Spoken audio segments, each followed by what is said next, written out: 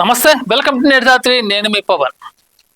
BRS మాజీ MLA Narsampet ముద్దుబిడ్డ, వరంగల్ ముద్దుబిడ్డ అని పిలుచుకునే మన పెద్ది సుదర్శన్ రెడ్డి ఇక మీదట మన కళ్ళ ముందు కనబడిన విషయాన్ని తెలంగాణ రాష్ట్రం జీర్ణించుకోలేకపోతుంది.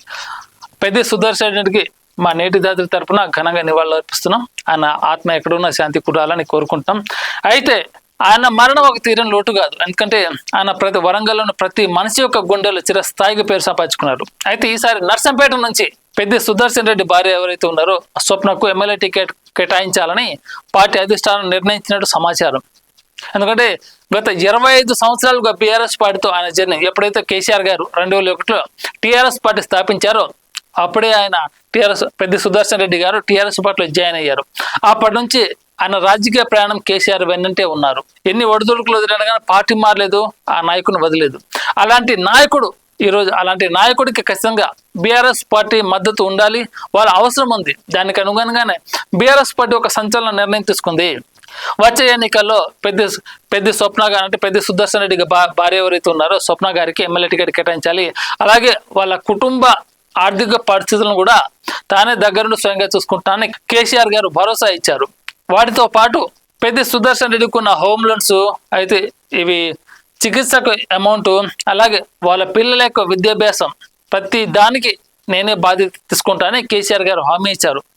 ఇలాంటి నాయకుడు సపోర్ట్ అవసరం. ఎందుకంటే 25 సంవత్సరాల ప్రయాణం వీళ్ళిద్దరి మధ్య. ఆ ప్రయాణం సాదాసీదా కాదు. 25 years అంటే పార్టీ మారలేదు, వాళ్ళ మధ్య ఎటువంటి గొడవలు లేవు. అన్న తమ్ముళ్ళలాగా ఇద్దరు పార్టీని ముందు నడిపించారు. ఒకరు రాష్ట్ర స్థాయిలో పార్టీ నడిపిస్తే వరంగల్ మొత్తం తానే నడిపించారు. 2014లో తెలంగాణ ఏర్పడక ముందు 8 సంవత్సరాలు పెద్ది సుదర్శన్ రెడ్డి గారు తెలంగాణలో ఒక ముఖ్యమైన వరంగల్ జిల్లా, ఆ వరంగల్ జిల్లా మొత్తాన్ని 8 సంవత్సరాలు టీఆర్ఎస్ పార్టీ పేరు జరగకుండా ఆ పార్టీ మొత్తాన్ని బలం వరంగల్ పార్టీలో నింపారు. వరంగల్లో మొత్తం 8 సంవత్సరాలు తన పరిపాలన చేస్తే బీఆర్ఎస్ ఎప్పుడైతే అధికారంలోకి వచ్చిందో ఆఫ్టర్ తెలంగాణ రాష్ట్రం ఏర్పడిన తర్వాత అప్పుడు కూడా పెద్ది సుదర్శన్ రెడ్డి గారు ఖచ్చితంగా ఎమ్మెల్యేగా టికెట్ ఇస్తాను ఇచ్చారు. కానీ దురదృష్టవశాత్తు ఓడిపోయారు. మళ్ళీ 2018లో ఆ నమ్మకాన్ని నిలబెట్టుకున్నారు. అలా ఒక నాయకుడు తన కింద స్థాయి నాయకుడికి ఇచ్చే భరోసా ఇది. ఓటమిల్లి గెలుపులు పక్కన పెడితే మన వెన్నంటే ఎవరున్నారు, మనతో పాటు ఎవరు నడుస్తున్నారు, వాళ్ళకి మనం ఏం చేయాలి, వాళ్ళ కుటుంబ పెద్ద దిక్కును కోల్పోతే పార్టీ పెద్ద దిక్కు ఏం చేయాలో ఇప్పుడు కేసీఆర్ గారు పెద్ది సుదర్శన్ రెడ్డి కుటుంబంలో చేసి చూపిస్తున్నారు.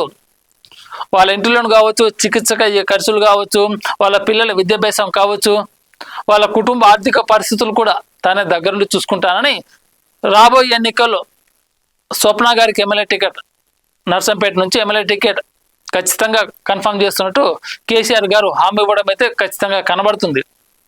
అదే కుటుంబానికి చెందిన నేతకి ఇస్తేనే జనాలు ఓటు వేస్తారు.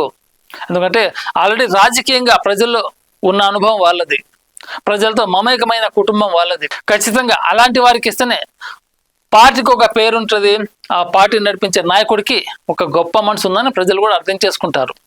నర్సంపేట కాబోయే ఎమ్మెల్యేగా పెద్ది స్వప్న ఖచ్చితంగా డిక్లేర్ చేసిన బీఆర్ఎస్ పార్టీ.